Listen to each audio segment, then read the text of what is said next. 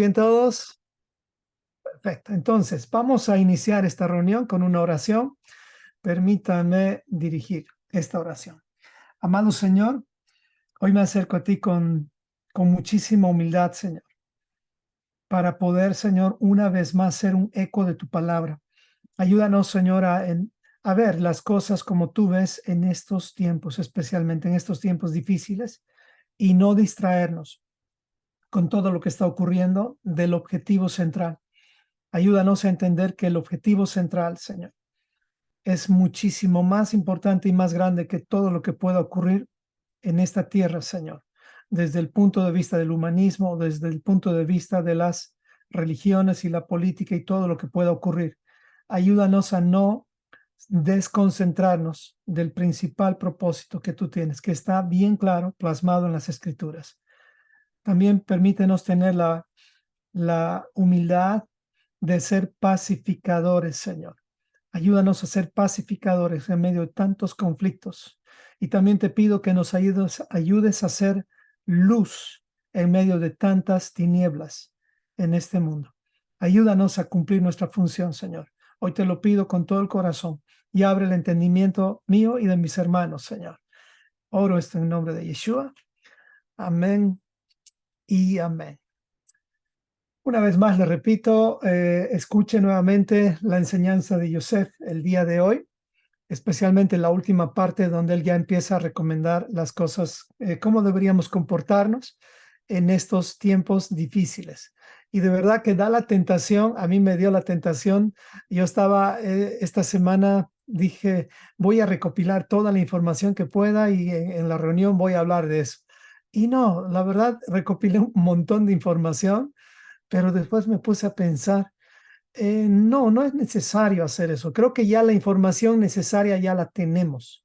Ya tenemos la información necesaria. Y al final de hoy le voy a dar 3 recomendaciones para los tiempos finales.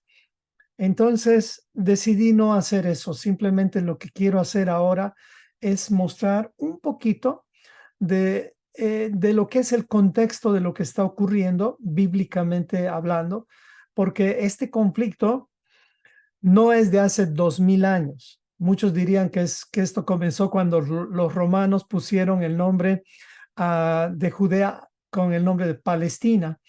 Eso no comenzó ahí, aunque ahí se puede hacer una trazabilidad también. El problema viene de mucho antes. En origen, en esencia, el problema siempre va a estar en la transgresión, es decir, en el pecado. Ese es el origen de todos los males. Obviamente la raíz es el amor al dinero, pero el origen es la transgresión. Por eso dice la palabra que tenemos que hacer teshuvah, es decir, regresar a las escrituras. Y aunque el mundo esté en conflictos, aunque el mundo esté en tantas situaciones, nosotros tenemos que tener bien claro cuál es nuestro objetivo. Y aunque no parezca, de pronto Abraham parecería que no vivió todas estas cosas, pero él vivió un montón de cosas parecidas a estas y me gustó mucho la actitud que tuvo Abraham en medio de todo esto. Así que vamos a hablar un poquito también de él. Así que prepárese que vamos a ir directamente al tema directamente del día de hoy. Y pues, como siempre, si alguien tiene preguntas o comentarios, le voy a pedir nada más que los escriba y al final los vamos a ir haciendo, ¿ok? Así que permítame directamente ir al material. Hemos puesto este cuadro desde hace un tiempo. Oramos por la paz en Israel, que sean prosperados todos los que te aman. Este es el Salmo 122:6. Y también al mismo tiempo queremos orar por nuestros hermanos mayores. Nuestros hermanos mayores son los judíos y por las víctimas inocentes de la Franja de Gaza. Muchas de las personas que están ahí son niños, son ancianos. De pronto hay gente enojada, pero al final hay muchos inocentes también ahí. Entonces, el único que puede ver quién es culpable o quién es inocente es Dios, porque del lado de Israel, lamentablemente, también hay cierto estupor, por no decir otra cosa, que, que no nos exime de la culpabilidad, porque al final el único que juzga es Dios. Sin embargo, dentro de todo lo que es este, es, como diríamos, este conjunto de tantos temas, me gusta lo que dice el capítulo de Génesis 12, versículo 3, que dice, bendeciré a los que te bendicen y al que te maldiga, maldeciré. En ti serán benditas todas las familias de la tierra. Y aunque usted no lo crea, también los de Gaza están metidos en esta bendición si es que ellos hacen teshuvá de todo corazón. No estoy hablando de los terroristas, no estoy hablando de la gente que promueve el mal. No podemos decir que todo Gaza o todos los palestinos son así. Hay un grupo bien claro, definido, y además ellos mismos dicen que ellos son, que es el grupo de Hamas, que prácticamente ahí está concentrado el veneno de esto, de lo que está ocurriendo con Israel. Una malicia, pero que ha llegado a niveles tal vez mayores de los que pasó con los cananeos en el tiempo en el cual Josué tuvo que conquistar la tierra prometida. Y además también en el mismo tiempo en el cual el rey Saúl tenía que haber acabado con todos los amalequitas, pero él no lo hizo. Entonces, el grado de maldad de lo que usted está viendo en este tiempo es muy parecido o peor de lo que vivieron nuestros padres. Así que tengamos cuidado con tomar posiciones como si fuera un partido de fútbol. Lo que tenemos que tomar es nuestro lugar. Vamos a ver el contexto de lo que en realidad nos debería interesar más que la restauración de, de una tierra o de un pedazo de tierra aquí en una tierra maldecida, que es toda la tierra está maldecida. No nos interesa, escuche bien esto que le voy a decir, la restauración de ningún pedazo de tierra en una tierra maldecida. O sea, no estamos hablando de la restauración de un territorio físicamente hablando. Estamos hablando de la restauración de Israel que va más allá de una tierra en este mundo que está prácticamente conminado a la destrucción. O sea, ya hay una declaración final para el planeta Tierra y dice que no pasará de 7,000 años. Estamos en el año 6,000, prácticamente por entrar al milenio, el tiempo en el cual Yeshua nos va a enseñar cómo deberíamos habernos gobernado. Así que vamos a ver el contexto bíblico de la restauración de Israel. Repito, no estoy hablando de la restauración de un pedazo de tierra en el planeta, no estoy hablando de la restauración física del pueblo de donde están nuestros hermanos judíos. Oramos por ellos, pero no estamos hablando de esa restauración. El Señor no ha prometido darles o darnos una tierra o una tierra prometida en este planeta. Recuerde, eso es muy importante entender. Nuestra casa no está en esta tierra. Sin embargo, estamos de pasajeros nada más en esta tierra y tenemos que orar los unos por los otros. Vamos a ver un poquito. ¿Quién recuerda cuál fue la última pregunta que hicieron los discípulos a Yeshua? Creo que eso está muy fácil de recordar, ¿sí? Eso está en Hechos 1 del capítulo 1, versículos 6 al 8. Dice, entonces los que se habían reunido le preguntaron diciendo, Señor, ¿restaurarás el reino de Israel en este tiempo? Escuche bien esta pregunta. Esta es la última pregunta que le hicieron a Yeshua. Y esto es sumamente importante. ¿Restaurarás el reino a Israel en este tiempo? ¿De qué estaban hablando antes en los versículos anteriores? Este capítulo nos habla de que Yeshua estaba hablando del reino de Dios por 40 días. Escuche bien esto. El tema central, después de que Yeshua resucitó y dio pruebas indubitables de que él había resucitado, el tema central de todo lo que él habló era uno solo, y era el reino de Dios. Más adelante, los discípulos le preguntan, ¿cuándo restaurarás el reino a Israel? O sea, el reino de Dios. El reino de Dios en la tierra es el reino de Israel. Y le preguntaron, ahora que has resucitado, ¿vas a tomar control de todo? Y Yeshua les dice, no les toca a ustedes saber los tiempos o las sazones que el Padre puso en su sola potestad. Piense bien, ¿por qué no les tocó a ellos saber? Ahora sí, mil disculpas, seguimos adelante. Entonces habíamos estado hablando de que estamos orando por la paz en Israel, que sean prosperados todos los que te aman, dice el Salmo 122, ¿ok? Dice más adelante, y estamos hablando de eso, ¿cuál es el contexto de esta restauración? Habíamos dicho que no es un contexto el contexto no habla de una restauración de un pedazo de tierra dentro de este planeta que va a ser destruido. Imagínense, Dios no nos daría a usted mismo si alguien le dice, mire, te doy este terreno y solamente va a ser para 7 años. Yo creo que ninguno de nosotros construiría una casa en un terreno que te van a dar por 7 años. Nadie construiría una casa. Construyes una choza y en eso vives. Nada más, una carpa, una tienda. Eso es lo que tenemos que tener en mente.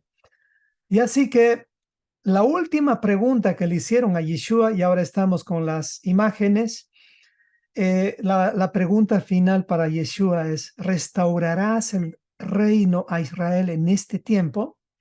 Entonces, Yeshua dice, no les toca a ustedes saber los tiempos o las sazones que el Padre puso en su sola potestad.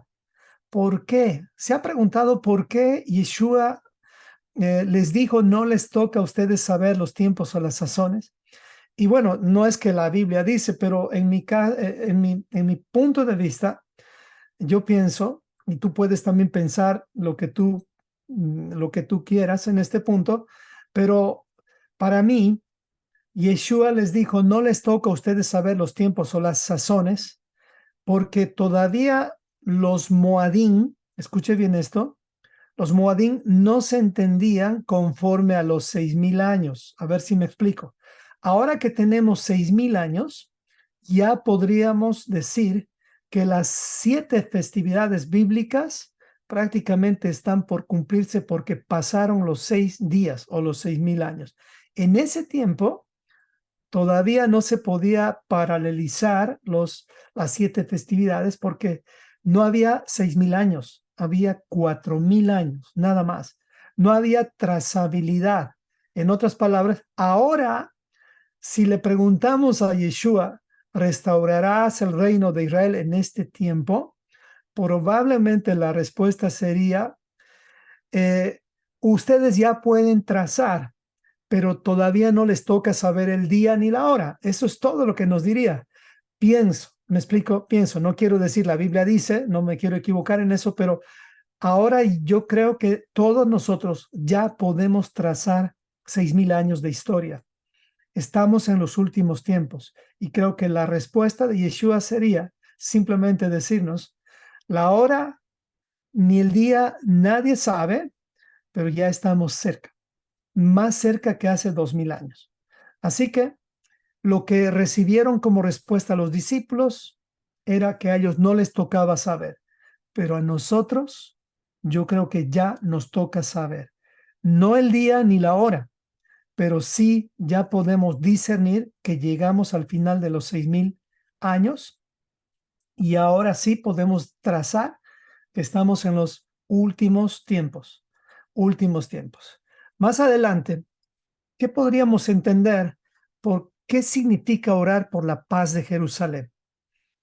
Hay mucho comentario alrededor de esto, pero yo quisiera leer el Salmo 22 de donde sale justamente orar por la paz de Jerusalén. Ustedes recuerdan, cada vez, cada vez que hemos orado o que oramos, al final siempre decimos, oramos por la paz de Jerusalén. Ustedes recuerdan eso, siempre oramos por la paz de Jerusalén. ¿Y qué significa eso? Ya habíamos explicado, en esencia significa orar por la restauración de las 12 tribus de Israel. Y en eso está el contexto del Salmo 122. Leamos. Dice así, Yo me alegro, este es un salmo de ascensión. Yo me alegré con los que me decían, a la casa del Señor iremos. Nuestros pies estuvieron dentro de tus puertas, oh Jerusalén. Estamos hablando de los días de ascensión, cuando había el gobierno de David. Dice, Jerusalén, que has edificado como una ciudad que está bien unida entre sí. Fíjese bien lo que está pasando. Una ciudad bien unida entre sí, unida porque habían 12 tribus. Y allá subieron las tribus del Señor, conforme al testimonio dado a Israel, para alabar el nombre del Eterno. Porque allá están las sillas del juicio, es decir, los tronos de la casa de David. Escuche bien esto, los tronos de la casa de David. Están las 12 tribus y está el trono. Pidan por la paz de Jerusalén, sean prosperados los que te aman. De aquí sale el por qué oramos por la paz de Jerusalén. ¿Qué había aquí? Los 12, las 12 tribus y el trono de David. Así que ahora que está destruido el trono de David, ahora que está dividida la casa de David en dos, por un lado los judíos y por el otro lado Efraín, 10 tribus, es el tiempo de orar por esta restauración. Recordemos, esta restauración del trono de David es una promesa eterna. Dios le prometió a David que su trono no tendría fin. Me explico. Y quien va a continuar con el trono de David va a ser el gobernador, el rey de reyes, el señor de señores, Yeshua HaMashiach. Así que cada vez que usted ore por la paz de Jerusalén, en realidad no estamos orando para que haya paz en el pedazo de tierra donde tú y yo, algunos hemos ido al lugar mismo, porque eso no ha ocurrido desde la división del reino. Lamentablemente, hasta el día de hoy, nuestros hermanos judíos han sido perseguidos solamente desde el año 2001, y tenía algunos cuadros, no los tengo en este momento, pero les lanzaron casi 7,000 bombas, me explico, 7,000 misiles, cada año, cada mes, en ciertas épocas, cantidades y cantidades. Es por eso que ellos tenían que construir un muro. Sin embargo, aunque oremos por la paz de Jerusalén, es como que oramos y los problemas se agravan y se agravan. No les digo que no oremos, claro que hay que orar, pero a lo que me voy es que nuestra mentalidad tiene que estar en este sentido, orar por la restauración de las 12 tribus de Israel. ¿Ok? Esa es la esencia de lo que oramos. Lamentablemente la promesa para nosotros en esta tierra no es que va a haber paz, sino va a haber guerra. Y eso están viviendo nuestros hermanos los judíos. Si quieres entender más el contexto de lo que estoy hablando, necesitas leer todo el capítulo de Romanos 11. No voy a leer porque no me va a dar el tiempo, pero aquí habla, en todo el capítulo, habla del remanente de Israel, diciendo que Dios no ha desechado a su pueblo. Dios no ha desechado a su pueblo. Luego habla de la salvación de los gentiles. Dios no ha desechado a su pueblo, y cuando habla de su pueblo, no está hablando solamente de los judíos, sino está hablando también de las tribus perdidas. Así que por esa razón, y voy a leer desde el 11, digo pues, ¿han tropezado los de Israel para que cayesen? Pues en ninguna manera, pero por su transgresión vino la salvación a los gentiles. Recordemos esto, la casa de Judá también está en transgresión, pero no están divorciados. O sea, no hay un divorcio con ellos. Dios los tiene como, vamos a decir, como a hijos rebeldes, los tiene y los cuida, porque hasta el día de hoy Egipto ya, o sea, el trono de Egipto ya no está, el trono de Grecia ya no está, el trono de Roma ya no está, el trono de Persia ya no, el trono de Persia ya no está, el trono de Babilonia también ya no está. Ninguno de los tronos que los perseguían están de pie, pero Israel está de pie, aunque así de rebeldes, porque ellos, cuando estudiamos la segunda carta de Juan, vamos a ver que había dos hermanas. Y la hermana que más pecó fue justamente Israel, es decir, los judíos. Ellos pecaron mucho más que las tribus de Efraín. Eso dice la carta. Ya vamos a hablar de eso después.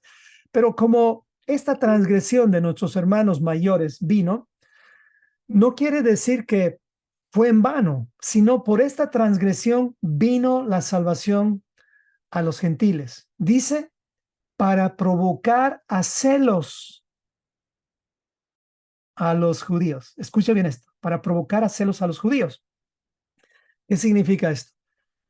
¿Qué va a provocar a celos a la casa de Judá? Y aquí les pregunto a ustedes, ¿será que les va a provocar a celos a ellos que nos pongamos el talit, que nos hagamos crecer la barba, perdón, que hablemos hebrañol, o que hagamos cosas como las que hacen eso, o que pongamos pan jalá en el Shabbat, o que prendamos velas? ¿Será que eso les va a dar celos? Pues yo solamente les puedo decir algo, esa no es la esencia de los celos. De pronto eso puede levantar un poquito de celos como para que ellos digan, no, ustedes no tienen que usar el pan jalá, eso es solamente de nosotros. No, eso no les va a dar celos. Lo que les va a dar celos es que tú y yo guardemos el Shabbat como dice la Biblia. Ahí ya va una idea de qué da celos a los judíos. Y esto es bien claro. Muchos de nosotros que hemos estado relacionados con los judíos, yo no tanto, pero he escuchado algunos testimonios que dicen que cuando estaban con los judíos, de pronto llegaba el Shabbat y los judíos les decían, guarda el Shabbat, pero transgrédelo después, porque tú no necesitas guardar el Shabbat. Eso da celos. En otras palabras, lo que da celos a los judíos, lo que les va a dar celos de verdad a los judíos, es que nosotros aprendamos a guardar la Torá de Yeshua. Escuche bien esto, la Torá interpretada por Yeshua.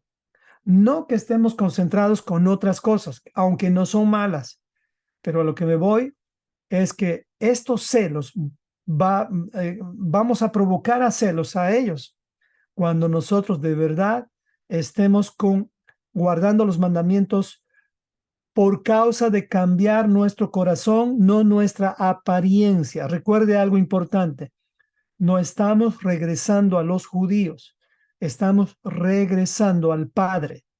¿Recuerdan la parábola del hijo pródigo? El hijo pródigo no regresó al hermano mayor, el hijo pródigo regresó al Padre. Al Padre, a Él estamos regresando. Es por eso que no vamos a provocar a celos a los judíos si nosotros nos comportamos como ellos. Tenemos que comportarnos mejor que ellos en el sentido de guardar la Torá de Yeshua. Y dice, versículo 12, y su transgresión es la riqueza del mundo, y su defección la riqueza de los gentiles.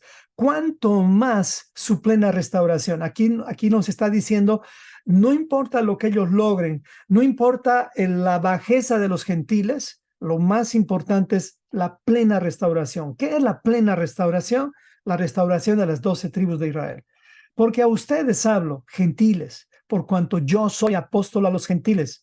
Honro mi ministerio, está hablando Pablo, por si en alguna manera pueda provocar a celos a los de mi sangre y hacer salvos a algunos de ellos. Ese era Pablo, el mismo judío que exhortó a Pedro de que se estaba judaizando. No sé si se está entendiendo. Pablo mismo dijo, tengan cuidado con regresar a ser judaizantes. Estamos regresando al Padre, no estamos regresando a otra cosa. ¿Me explico? Porque si su exclusión es la reconciliación del mundo, ¿cuál será su admisión sino vida entre los muertos? Si las primicias son santas, también lo es la masa restante, y si la raíz es santa, también lo son las ramas. Pues si algunas de las ramas fueron desgajadas, arrancadas, y tú siendo olivo silvestre, nosotros, han sido injertados en lugar de ellas y has sido hecho participante de la raíz y la rica savia del olivo. En otras palabras, aunque éramos silvestres, o sea, nosotros, aunque nos habíamos perdido, éramos olivo. O sea, la esencia en nosotros siempre ha estado. Es por eso que los que estamos despertando ahora, ya hemos escuchado la voz del pastor y estamos oyendo su voz, estamos regresando a él directamente. ¿Ok? Sigue, y aquí viene más de la salvación a los gentiles. Entonces, dice el versículo 21, pues porque si Dios no perdonó a las ramas naturales, a ti tampoco te perdonará. O sea, si Dios no perdonó a aquellos que estuvieron con él, estamos hablando de los judíos, no vayamos a pensar que a nosotros Dios nos va a perdonar. Pónganse a pensar en esto.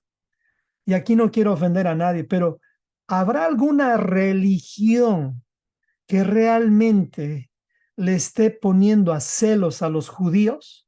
Hablando de religión, porque el judaísmo es una religión también. Ni siquiera en el plano de religión le pueden poner a celos a ningún judío. ¿Por qué razón? Porque los judíos de verdad sí saben guardar su religión y tienen celo por eso. Pero pongamos ejemplos. ¿El cristianismo podrá poner a celos a los judíos? No, para nada. El cristianismo está más en la tibieza, ni siquiera están definidos. ¿Me explico? Vamos con los católicos, muchísimo menos.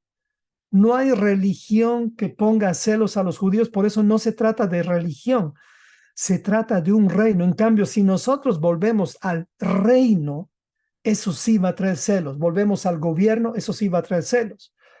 Entonces, hablamos del 25, porque no quiero, hermanos, que ignoren este misterio, para que no sean arrogantes, vanagloriosos en cuanto a ustedes mismos. Ahora ya está hablando de nosotros, los que estamos despertando. No vayamos a pensar nosotros que estamos despertando ya al camino, ya a la Torá, nos creamos mejor que los judíos. Yo no estoy hablando en ese sentido. Dice, para que no sean arrogantes en cuanto a ustedes, que ha acontecido a Israel endurecimiento en parte hasta que haya entrado la plenitud de los gentiles. Aquí nos ponemos ya un poquito más al punto. ¿Qué es lo que está ocurriendo ahorita con nuestros hermanos judíos? Que por planes de Dios, por causa de Dios, o sea, Dios ha endurecido en parte a los judíos. O sea, ¿cuál es ese endurecimiento? El endurecimiento en cierta forma son varias cosas, pero en cierta forma la esencia del endurecimiento es que ellos no pueden ver a Yeshua como el Mesías. Ellos no pueden ver a él.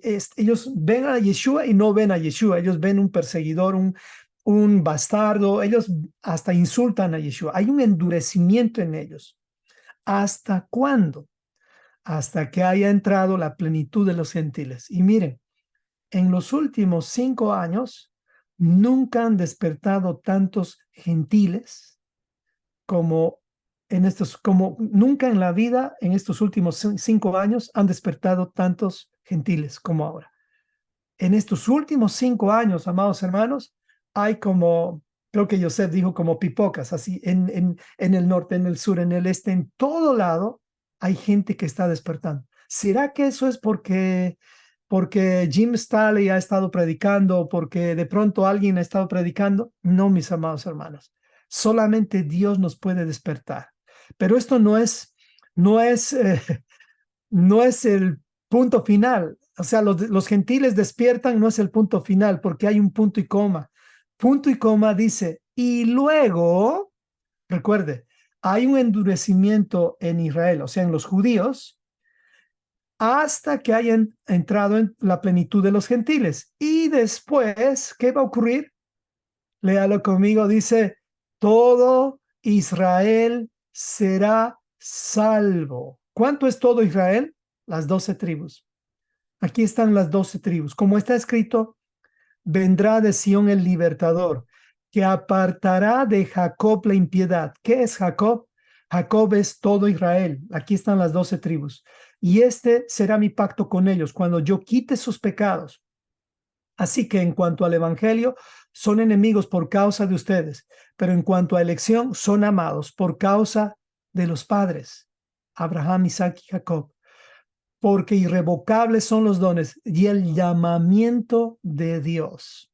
Escuche bien el 32, porque Dios sujetó a todos en desobediencia para tener misericordia de todos. Aquí quiero que tú te pongas a pensar.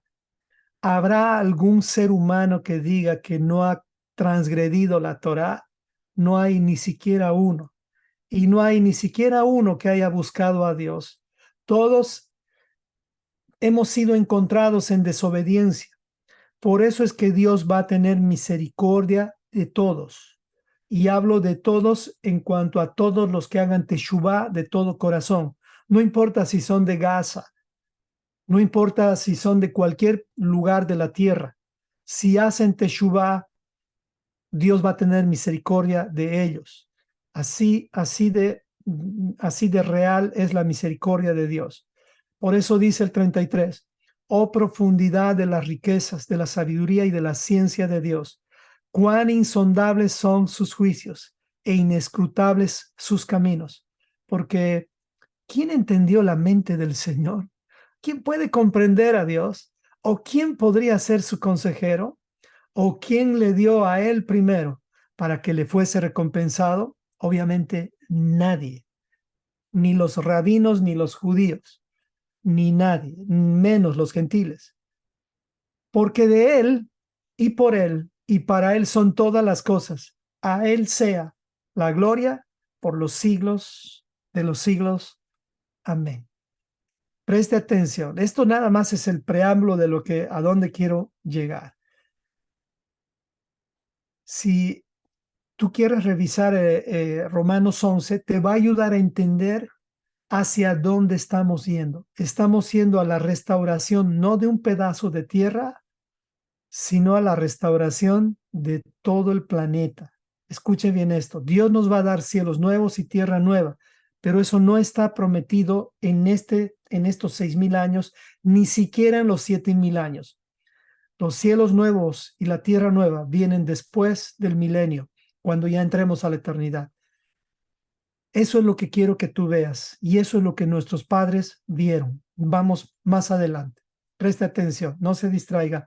Dice aquí, fíjese bien, esto es importante. ¿Dónde y qué tamaño, mejor dicho, era el territorio que Dios prometió a la descendencia de Abraham? Le voy a ubicar un poquito en este cuadro.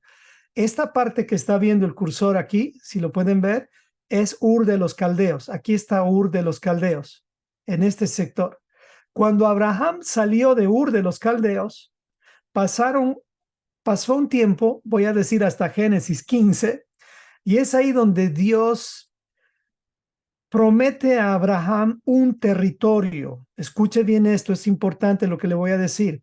Sale Abraham de Génesis 12 a Génesis 15, 3 capítulos después, para no decirle años, Dios confirma una vez más la promesa a Abraham como dándole más color al pacto, y aquí ya le está dando un territorio eh, como un tráiler de lo que va a ocurrir en adelante. Fíjese bien, en Génesis 15, 18 al 21 dice, en aquel día hizo Dios un pacto con Abraham, diciendo, a tu descendencia daré esta tierra, desde el río de Egipto. Escuche bien esto, el río de Egipto está aquí, si lo puedes ver. Este es el río de Egipto. Dice, hasta el río Éufrates. Este es el río Éufrates. Puedes ver río Éufrates y el río de Egipto. Aquí está. Estos dos son los extremos. Desde aquí y sigue. La tierra de los ceneos, los ceneseos, los cadmoneos, los eteos, los fereceos, los refaitas, los amorreos, los cananeos, los gergeseos y los jebuseos. Un montón de feos por aquí. Ok. Dios le promete dar toda esta tierra a Abraham. ¿Ok? Escuche bien esto. Cuando Dios le da la promesa a Abraham, él no estaba dándole una promesa o un cheque sin fondos. Este es un cheque con fondos. Fíjese bien. Abraham tenía todo este territorio. Les pregunto, teniendo todo este territorio y teniendo tanto dinero, tanta riqueza Abraham, porque Abraham llegó a ser muy rico, eso dice la escritura, con tanto dinero, ¿cuántas casas construyó Abraham? Escucho en el chat, perdón, pongan en el chat. ¿Construyó alguna casa de piedra, de cemento, Abraham? Ninguna. ¿Por qué? Porque ellos tenían, los tres, Abraham, Isaac y Jacob, estaban marcándonos cómo vivir en este planeta. En otras palabras, es probable que cuando venga la restauración de todas las cosas, Dios nos dé todo este territorio para gobernar a todas las naciones, pero eso ya es una especulación mía. Pero lo que quiero ir es a Hebreos 11:9. Leamos. Hebreos 11:9 dice, por la fe, escuchen bien esto, por la fe habitó como extranjero en la tierra prometida, como en tierra ajena. Dios le dio una tierra a Abraham, pero él vivió como extranjero en la tierra prometida. A ver si se le está abriendo el entendimiento en esto. Morando en tiendas con Isaac y Jacob, coherederos de la misma promesa. ¿Cuál era la fe de Abraham?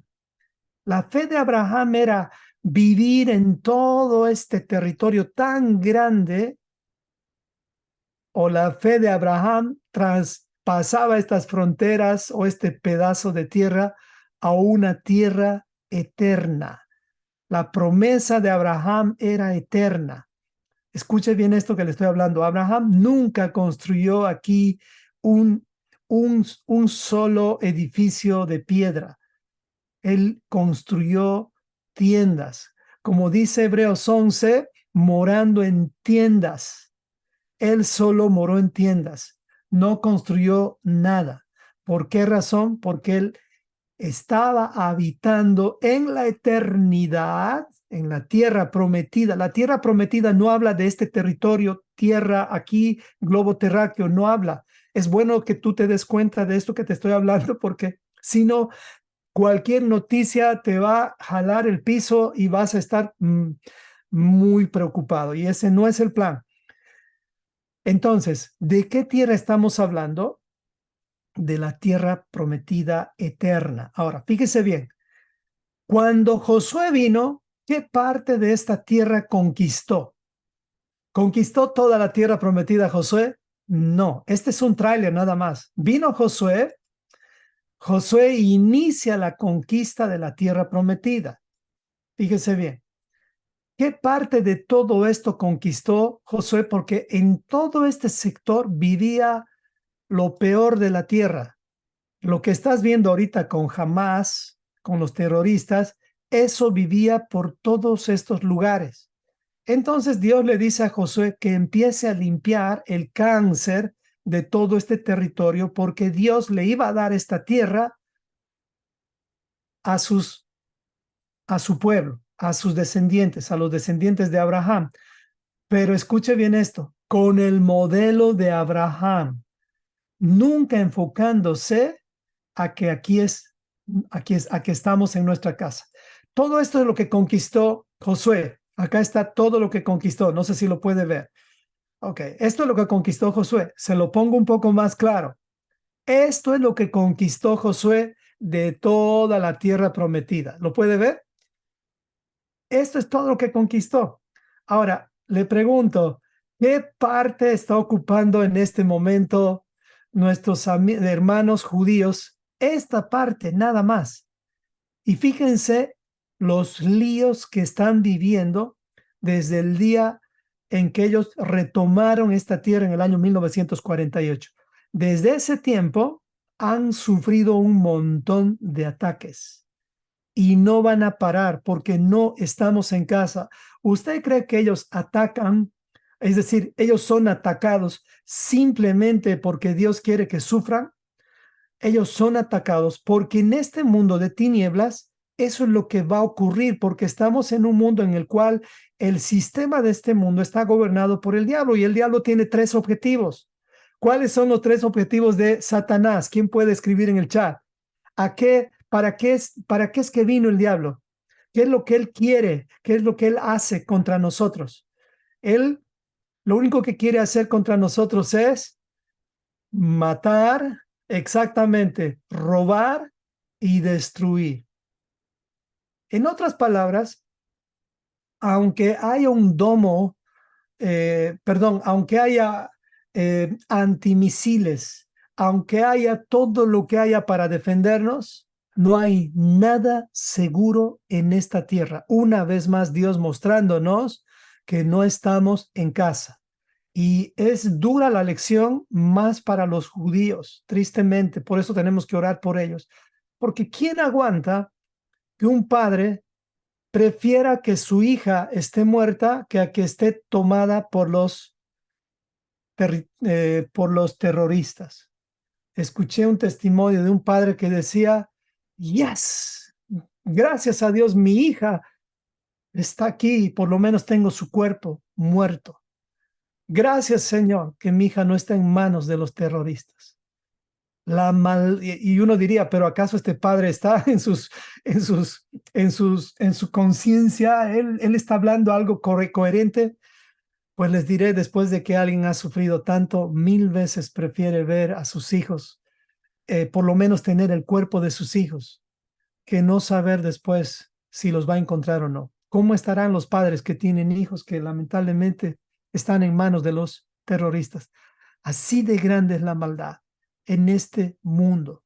Amados hermanos, no perdamos de vista eso. No se conquistó toda la tierra prometida porque Dios nos quiere mostrar que esto no tiene que ver con un territorio físico. Esto tiene que ver con Canaán, la tierra que Dios le dio a Abraham se llama Canaán, y la tierra que Dios mandó a Josué a conquistar Canaán. ¿Alguien sabe lo que significa Canaán? Podría poner en el chat qué significa Canaán. En otras palabras, para que entendamos bien.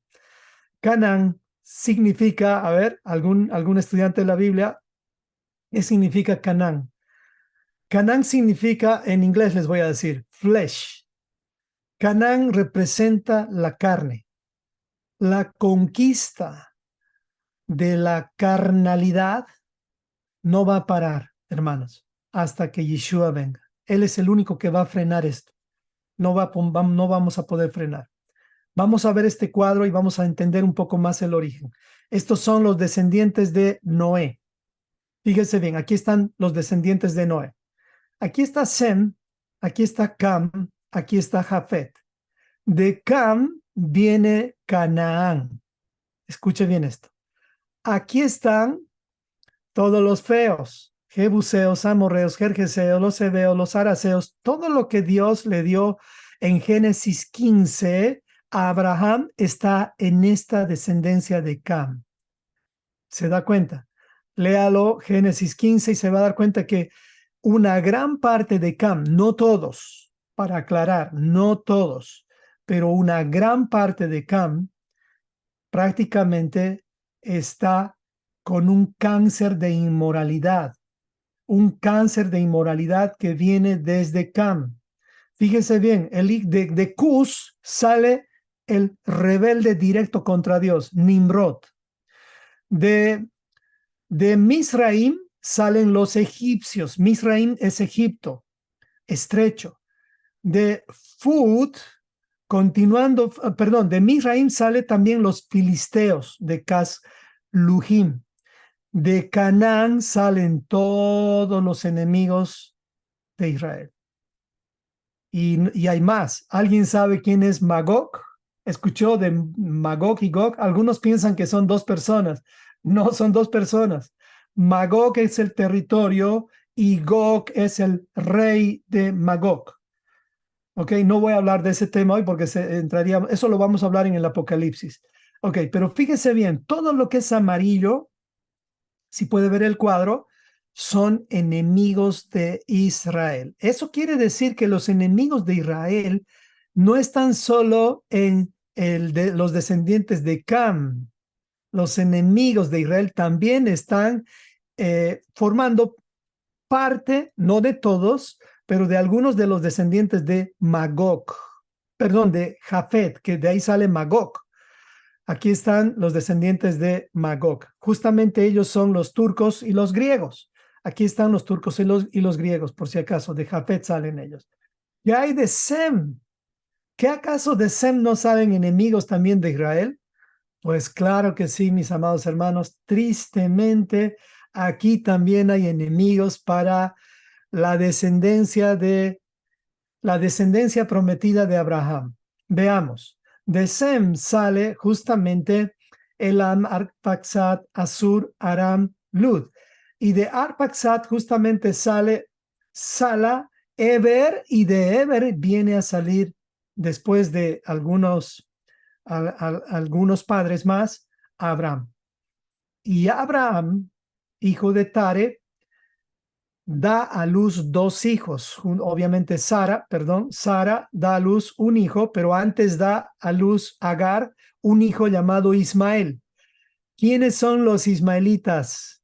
¿Quiénes son ellos? Justamente de ahí salen otros enemigos de las 12 tribus de Israel, otros enemigos de Isaac, ¿ok? Están llenos de enemigos y no es por causa de que Dios ha planeado esto. El mundo está contra Dios, contra el nombre. No es contra un ser humano, esto es contra Dios. Pero cuando alguien quiere hacer daño a un padre, no va a hacer daño directamente al padre, sino a los hijos. Nunca olvidemos eso. El daño más grande que pueden hacer a los padres es dañar a los hijos. Y es por eso que tenemos que tener cuidado con las ideologías. El reino de Dios no está basado en ninguna ideología humana, ninguna. Sigamos. Entonces, de Abraham, con Sarai sale Isaac, el hijo de la promesa. Ahora, Abraham, lamentablemente, cuando se unió con Setura, tuvo más hijos, tuvo 6 hijos Abraham.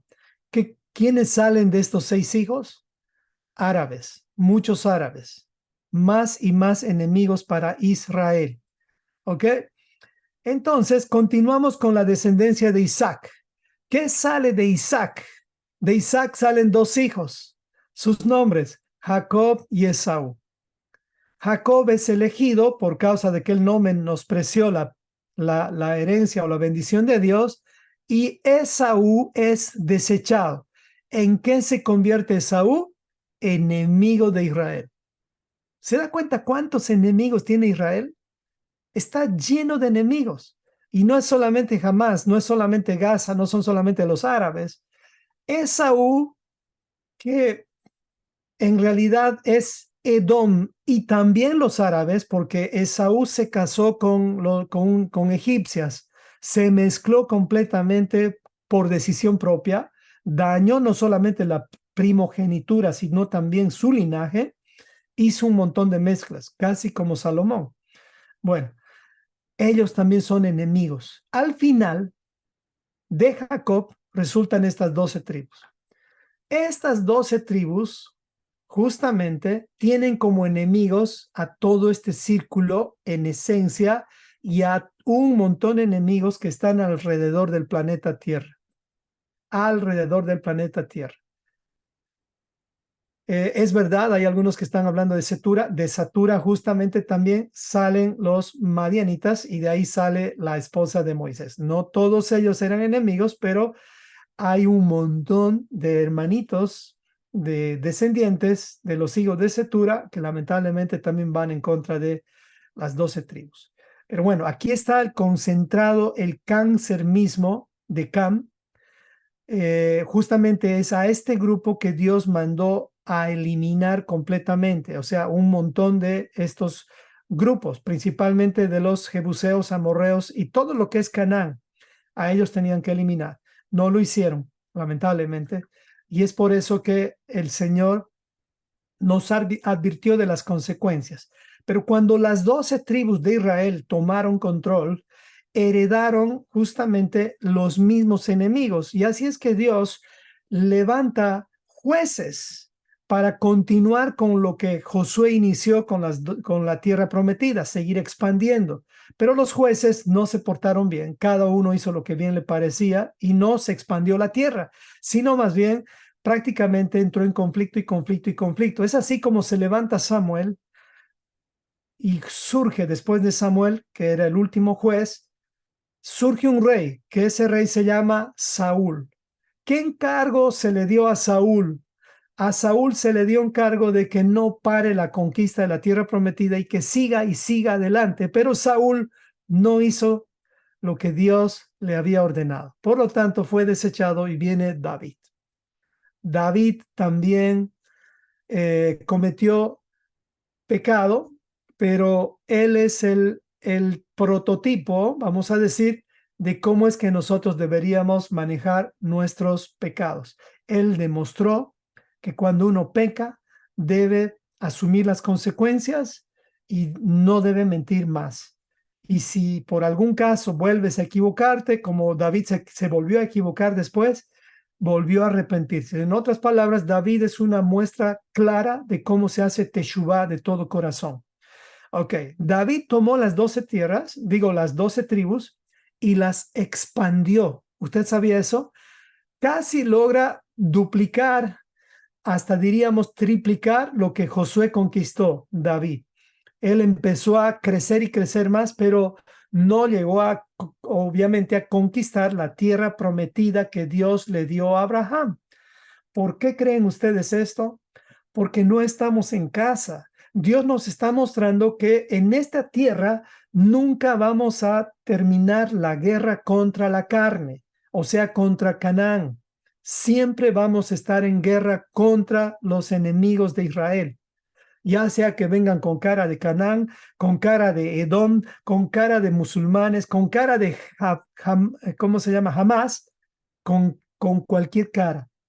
Tenemos que estar siempre alertas y no contra los seres humanos en cierta forma, sino contra la carne. El gran problema es la carne, no son los de Hamas. No se distraiga con eso. Claro que hay dolor, claro que hay que orar, pero la lucha más importante está entre tus dos oídos y tus dos ojos y tu boca y tus dos fosas nasales. Ahí está la lucha más grande. Entonces, veamos, estas 12 tribus ahora son el ojo de la tormenta. Aquí está concentrado todo lo que Dios quiere hacer. Y los enemigos de Israel se van a levantar y se van a levantar. Lo peor de todo es que cuando David gobernó, dejó la herencia a Salomón y Salomón cometió los mismos errores de Esaú, lamentablemente. Esaú se juntó con mujeres que no debería juntarse, contaminó el linaje de Dios, el linaje que Dios lo separó, es decir, con Abraham. Lo mismo hizo Ismael. ¿Ustedes recuerdan lo que hizo Ismael? Se juntó igual con hijas del sistema de este mundo. Es por eso que es importante no mezclar el linaje que tenemos. Pero al final Salomón hizo eso y Salomón dividió los dos territorios en judíos y las 10 tribus que es Efraín, las ovejas perdidas de la casa de Efraín y el Israel actual. Esto es lo que queda en este momento de lo que ocurrió en el año 930 con Salomón. Ahora estamos viviendo estas consecuencias. Si tú podrías decir desde cuándo son perseguidos los judíos, pues desde que Babilonia tuvo que poner en disciplina a los judíos. Desde ese tiempo, 720 y pico años, desde ese tiempo, antes de Cristo.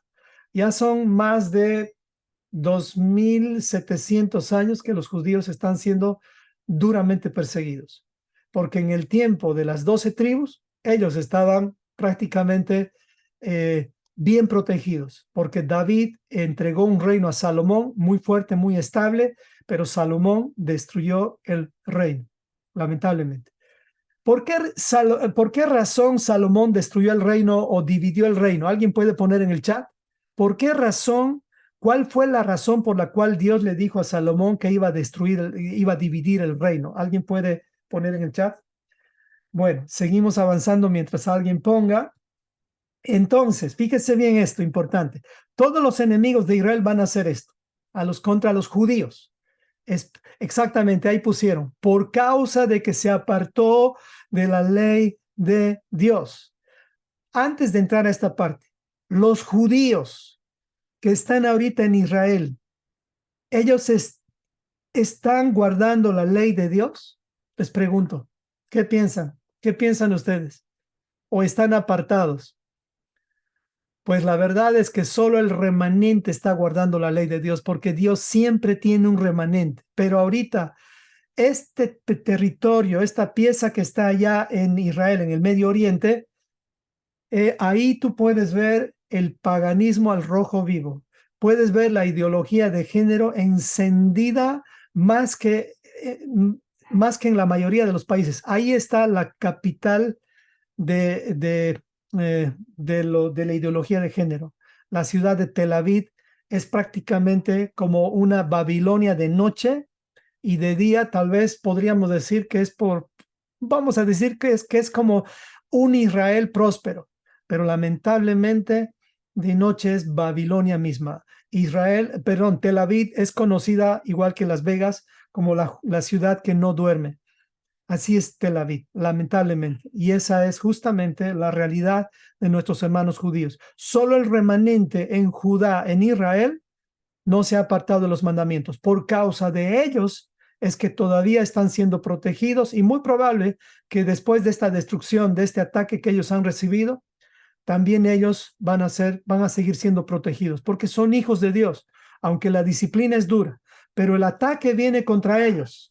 Y vienen bombas, y no va a parar esto. Fíjese bien lo que está ocurriendo. Vienen bombas y bombas contra ellos, pero van a salpicar a Efraín, a los cristianos, si tú quieres. Y más les vale a los cristianos regresar al Padre, porque si no, por llamarse cristianos, van a padecer, pero en vano. ¿De qué sirve padecer como cristiano si no conoces la Torá? Es mejor padecer como cristiano, pero que ya conoce la Torá. Ese cristiano es el cristiano que sigue al Cristo judío, pero el cristiano que sigue al Cristo grecorromano, en vano, es como ponerte tú en tu camiseta la etiqueta de cristiano. Jamás los de Hezbollah, los del Líbano, ellos no van a medir quién es quién. Para ellos, cualquiera que, recuerden, no es contra los judíos, es contra el nombre de Cristo, contra él es el ataque. Y pues obviamente los judíos están esperando un Mesías, y obviamente ellos cargan el nombre del Mesías, y ellos son prácticamente eh, directamente enemigos de todo el mundo, obviamente. O sea, el mundo ha hecho de ellos sus enemigos por causa de que ellos portan el nombre, aunque no lo reconocen, pero en ellos está marcado el nombre del Mesías, porque ellos esperan al Mesías, aunque el Mesías ya vino, se van a sorprender. Pero estos ataques van a afectar también a los cristianos. ¿Y qué diríamos de los mesiánicos? Pues los mesiánicos estamos como en el mismo tiempo cuando Roma estaba destruyendo el segundo templo. ¿Cuál era la instrucción de Yeshua cuando estaba el segundo templo? En esos tiempos la instrucción era bien sencilla.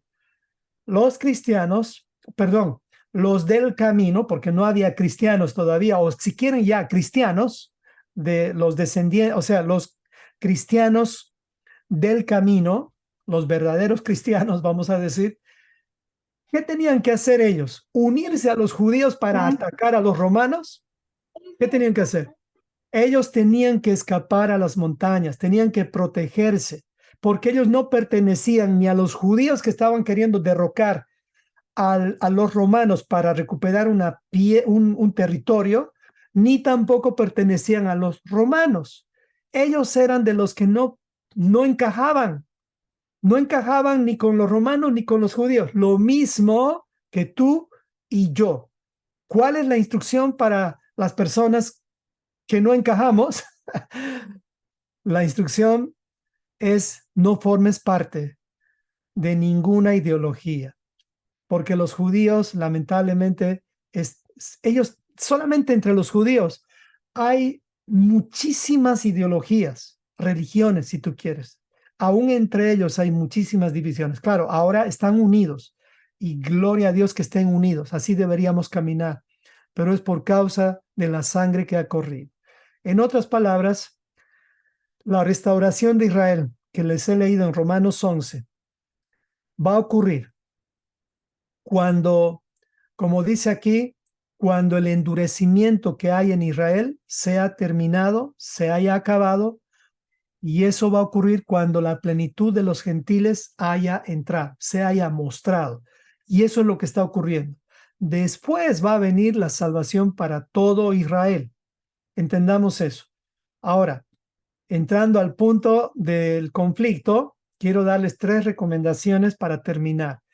Todo lo que está ocurriendo, amados hermanos, y no quiero que haya una mala interpretación, a mí me duele muchísimo lo que está ocurriendo. Es más, me puse a escuchar tanto las noticias y mi esposa es testigo, no he podido dormir. Las noticias han influenciado tanto mi vida que un día me sueño que yo estaba en medio y que yo estaba como soldado en Israel. Yo estaba luchando, me soñé que estaba luchando, un sueño tan real tuve y estaba atacando a todos los que podía para defender a todos. Y al día siguiente ya me sueño de otra forma, ya también, ya me sueño que estaba durmiendo y que estaban viniendo, pasando por mi ventana gente para quitarme a mis hijos. He tenido un montón de sueños todos estos días porque me metí demasiado en las noticias. Yo le dije, Señor, ¿qué quieres que vea? Y he decidido, por lo menos a partir de ahora, Señor, voy a hacer lo que debe, lo que es correcto. Y quiero compartirles eso. No estoy diciendo que no vean noticias. Ahorita va a entender. Lo que le estoy diciendo es no nos distraigamos, porque aunque oremos, aunque hagamos lo que sea, aunque usted vaya de soldado allá a Israel, que a muchos les dan ganas, ese no es el objetivo. Yeshua mismo, si estuviera aquí en la tierra, él estaría curando orejas, pegando orejas, perdón.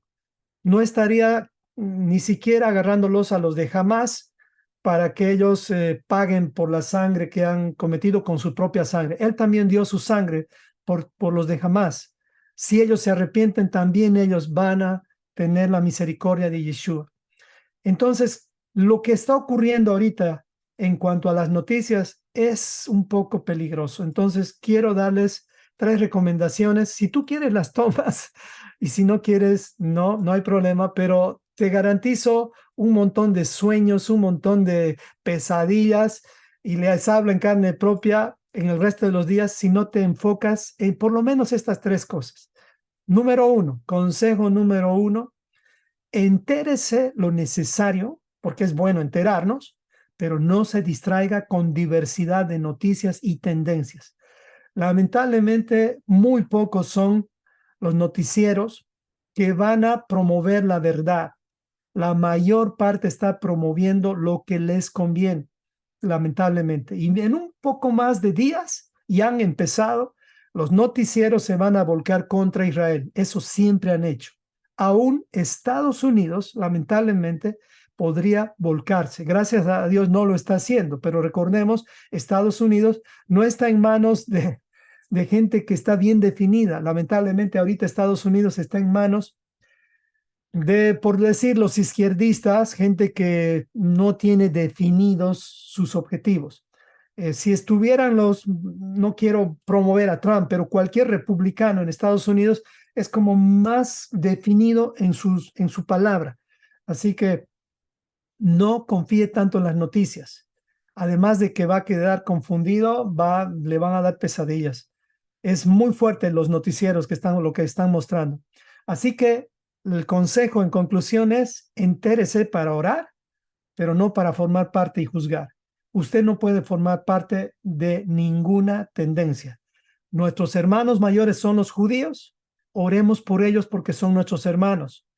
Pero mientras ellos no vean a Yeshua, lamentablemente, aunque oremos, ellos van a sufrir las consecuencias de su estupor, o sea, de lo que ellos mismos han decidido, porque lamentablemente después de las guerras que han sido libradas, la guerra de Yom Kippur, las otras guerras más, han terminado dando gloria a su ejército y no a Dios, aunque levantaban el nombre de Dios, pero ellos han empezado a cometer el mismo error de Salomón, confiar en sus caballos. Y no estamos para también no cuidar nuestras fronteras. Gracias a Dios que Israel se ha levantado y ha creado por lo menos un lugar para proteger a sus hijos. Pero el objetivo central no es un pedazo de tierra en este planeta. Leamos lo que dice la Biblia. Mateo 12:36 dice, mas yo les digo que de toda palabra ociosa que hablen los hombres, de ella darán cuenta en el día del juicio. Lo digo por los noticieros y también lo digo por las personas que transmitimos estas noticias. Dice, Juan 5, 22 y 23. Porque el Padre a nadie juzga. Preste atención a esto. Si el Padre no juzga, ¿tú puedes juzgar? No, ni tú ni yo podemos juzgar, sino que todo juicio dio al Hijo, para que todos honren al Hijo como honran al Padre. El que no honra al Hijo, no honra al Padre que le envió. Lamentablemente, nuestros hermanos judíos ahorita no están honrando al Hijo. Están tristemente sufriendo por las consecuencias de su endurecimiento, que no es por causa de ellos, porque si el judío despierta y se da cuenta que Yeshua es el Mesías y ya vino, ellos nos van a enseñar de verdad cómo debemos guardar Torah. Ahí sí nos van a enseñar. Ellos no necesitan como nosotros 2000 años. Estos 2000 años no son para los judíos, hermanos. Estos 2000 años son para nosotros, para Efraín, los que nos hemos ido a prostituir. Para nosotros son 2000 años. Los judíos necesitan un día. Apenas ellos sepan que Yeshua es el Señor, van a tirar todo lo que tienen que tirar y se van a acercar a Yeshua. Así son los judíos. Pero lamentablemente, cuando hay el orgullo espiritual, es lo que tienen, es lo que ha ocurrido. Lo mismo ocurrió en Babilonia, lo mismo ocurrió en Roma hace 2000 años, lo mismo está ocurriendo ahora. Y el último versículo para este primer consejo es Mateo 10:22, dice, y serán odiados de todos por causa de mi nombre. Todos vamos a ser odiados los que seguimos a Yeshua o los que estudiamos Torah. Pero el que persevere hasta el fin, este será salvo.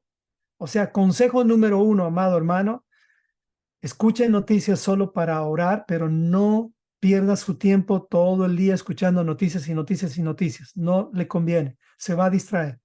Si se va a enterar de algo, lo cual es imposible no enterarnos, empiece a orar por la paz de Jerusalén, la restauración.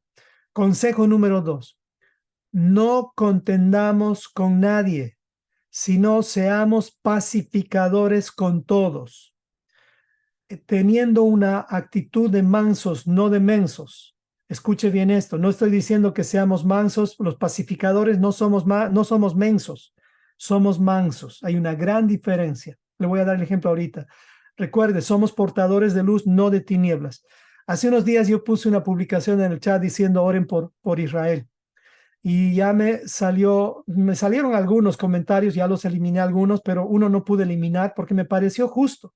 Esta persona me decía, ¿cómo es posible que solo oremos por los judíos? También hay que orar por Gaza porque ahí también hay inocentes. ¿Y saben qué? Casi me sale mi espíritu de defensor de mis hermanos mayores, los judíos, y quería responderle un montón de cosas. Y ahí dije, Señor, ¿qué estoy haciendo? Y lo único que hice fue decirle a la persona, tiene razón, porque hay inocentes también en Gaza. Tal vez inocentes cargados de odio, porque qué padre que ve a sus hijos morir por una bomba, no va a tener odio o no va a tener enojo contra aquellos que lanzaron la bomba. Hay muchos que no saben lo que está pasando y obviamente son en cierta forma culpables indirectos, diríamos, pero yo creo que si Yeshua estaría aquí, también por ellos estaría dando su sangre. ¿Me explico? Entonces puse y corregí lo que iba a decir y puse nada más y oremos también por los inocentes de la Franja de Gaza, porque también tenemos que orar por ellos. Ellos también portan la imagen de Dios. Y no estoy defendiendo a Hamas ni a los terroristas. Por favor, no confundamos eso. Nunca vamos a defender a los que promueven el mal. Vamos a pedir justicia, pero tengan cuidado con pedir justicia porque la justicia va a comenzar por tu casa y por ti. Entonces pidamos que se haga la voluntad del Señor y que el Señor juzgue a los terroristas.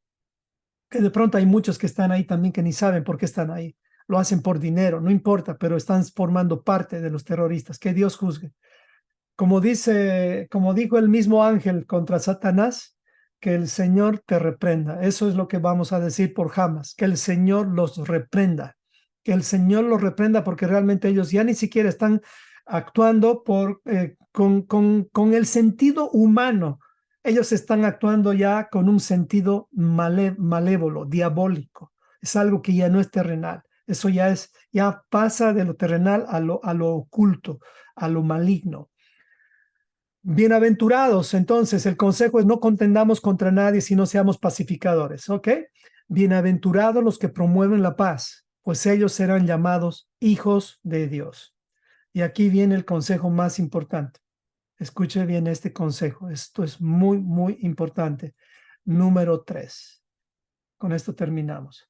Seamos testigos y embajadores en nombre de Yeshua.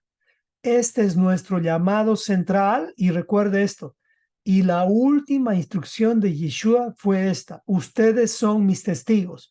Lo dijo en Lucas 24, lo dijo en Hechos, lo dijo en Juan, lo dijo en Mateo, lo dijo por todo lado. Vayan y hagan discípulos. Ustedes son mis testigos, ustedes son mis embajadores. Lean todo lo que Yeshua dijo después de la resurrección y se resume en una sola cosa. Hablen del reino de Dios y sean mis testigos. Si les pregunto, ¿de qué somos testigos? Pues hoy no les voy a explicar a detalle, nada más les voy a decir, somos testigos de lo que dice Lucas capítulo 24. Porque ahí dice Lucas capítulo 24, 48, y ustedes son testigos, dice, de estas cosas. ¿Estamos bien? Testigos de estas cosas. No somos testigos de una denominación, no somos testigos de un movimiento mesiánico, no somos testigos de Descubre la Biblia, no vamos a defender la denominación en la cual estamos, nunca hagamos eso, tampoco es que hablemos mal de ellos, pero no promovemos denominación y eso es lo que más me encanta de Descubre la Biblia. Y eso me gustó mucho de lo que hoy Joseph dijo. No formemos parte de un lado o de otro lado.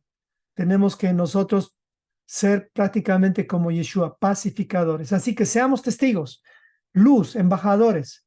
Y eso lo dice Hechos 1:8. Pero recibirán poder cuando haya venido sobre ustedes el Espíritu Santo y me serán testigos en Jerusalén, que es donde nuestra casa.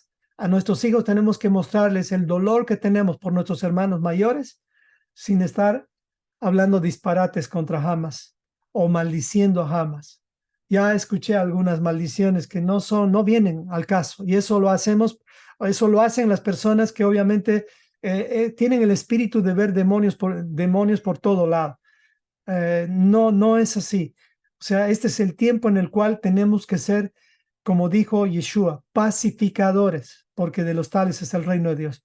Así que el tercer consejo es seamos testigos, testigos. El testigo es como una luz en medio de un juicio. Y recuerde, Dios está empezando el juicio a la tierra. Entonces, seamos esa luz para que aquellos que están en tinieblas puedan por lo menos decir, creo que allá hay luz, voy a preguntarle por qué. ¿Qué es lo que hace que este hermano todavía esté en luz? Seamos esa luz, seamos esa sombra en este mundo tan complicado, tan difícil en el cual estamos atravesando y nunca olvidemos, comencemos por casa, sigamos por nuestros parientes, continuemos por nuestros vecinos y amigos y terminemos en lo último de la tierra. Espero que les sirva estos tres consejos. Seguramente hay muchísimos más, pero no cometamos el error de distraernos, de ser promotores de la violencia y de estar distraídos en nuestro principal llamado, que es ser testigos. Hasta aquí hemos llegado y voy a pedir a mi esposa amada que nos guíe a una oración. Amén, Rey, muchas gracias. Wow, mucho por aprender, mucho por orar, mucho por hacer realmente. Y ha habido mucha desinformación. Uno no sabe ya quién creer, ¿no? Porque algunos dicen una cosa, otros dicen otra cosa. Y bueno, lo que tenemos que hacer es volvernos a su ley y a su testimonio. Eso es lo que tenemos que hacer, ¿no? Amén. Entonces, acompáñame a orar. Padre nuestro, bendito sea tu nombre. Venga tu reino y que se haga tu voluntad, Ayúdanos a ser pacificadores, usando las armas espirituales como la oración y las buenas obras para traer tu luz a este mundo.